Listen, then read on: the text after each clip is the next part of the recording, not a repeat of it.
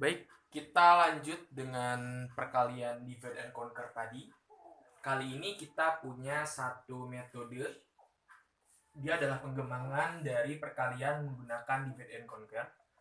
Nama metodenya itu disebut metode Karatsuba. Karena penemunya itu orang Jepang, namanya Karatsuba. Nah, dia sama dengan divide and conquer. Langkah pertama itu kita bagi dulu angka-angkanya ini menjadi partisi-partisi dan diberi name seperti contoh sebelumnya.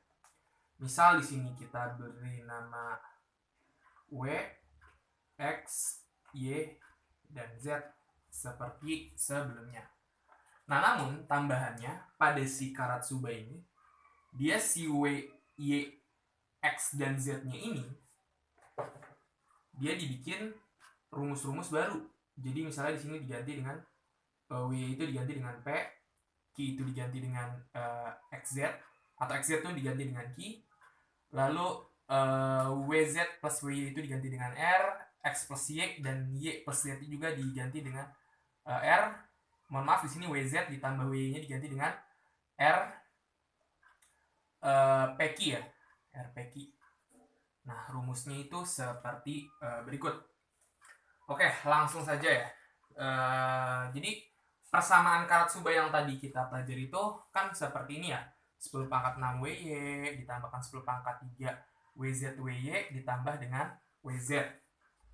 Nah, langsung saja kita masuk ke materi si Karatsubanya.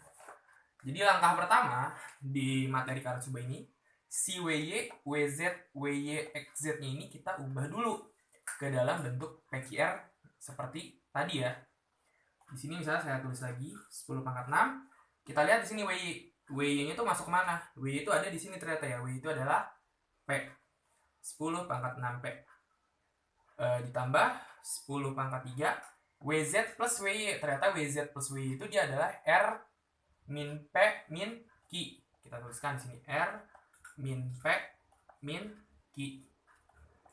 Lalu kita lihat di sini yang belakangnya adalah XZ. XZ itu adalah Q. Nah, setelah kita dapat seperti ini, langkah selanjutnya kita coba kalikan terlebih dahulu. W dengan Y-nya itu berapa, lalu X dengan Z-nya berapa, lalu W dengan Z-nya berapa, W dengan Y-nya berapa. Nah, itu semua kita kalikan. Di sini saya sudah menghitung terlebih dahulu. Jadi hasil dari si P ini atau si WY ini, dia hasilnya itu 10 pangkat 6, P-nya itu nilainya dia 121.401 ditambah 10 pangkat 3 dengan nilai di sini dengan nilai R-nya itu adalah 950.139.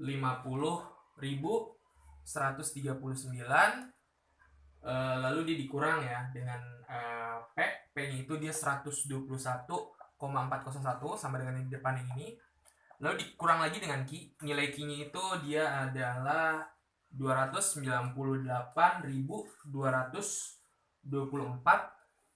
tanda kurung, dan nilai si XZ-nya itu dia adalah 298.224. Nah, lalu ini yang di dalam ini kita jumlahkan terlebih dahulu. Setelah itu kita kalikan dengan 10 pangkat 6-nya dan didapatkan hasil sama dengan yang tadi karena memang perkaliannya sama. 121.401.299.224. Jadi hasilnya ternyata sama gitu ya dengan menggunakan Karatsuba. Pak, sama-sama pusing? Iya, emang bener, sama-sama pusing. Tapi ternyata dengan menggunakan metode Karatsuba ini, kompleksitasnya tadi kan kalau di NC itu atau divide and conquer itu dia adalah di N pangkat 2. Nah, ternyata dengan menggunakan metode Karatsuba ini, dia kompleksitasnya itu ternyata berkurang, teman-teman.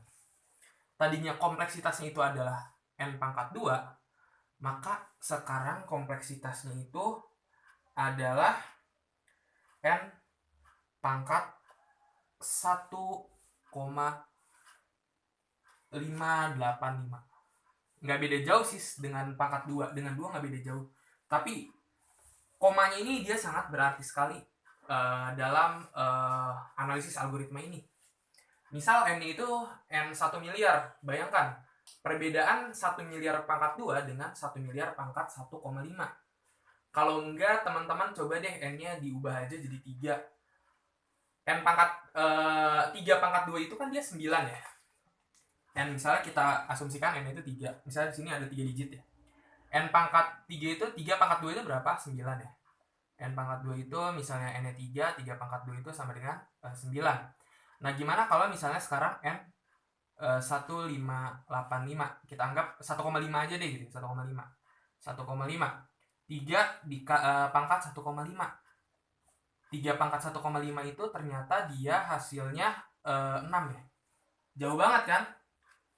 Antara n pangkat 2 dan n 1,5 ini. Nah, maka dengan metode Karatsuba, perkalian yang digitnya banyak ini ternyata kompleksitasnya dapat berkurang menjadi n pangkat 1585. Baik, untuk materi perkalian divide and conquer-nya saya rasa cukup. Pada video selanjutnya kita akan belajar perkalian matriks menggunakan divide and conquer-nya.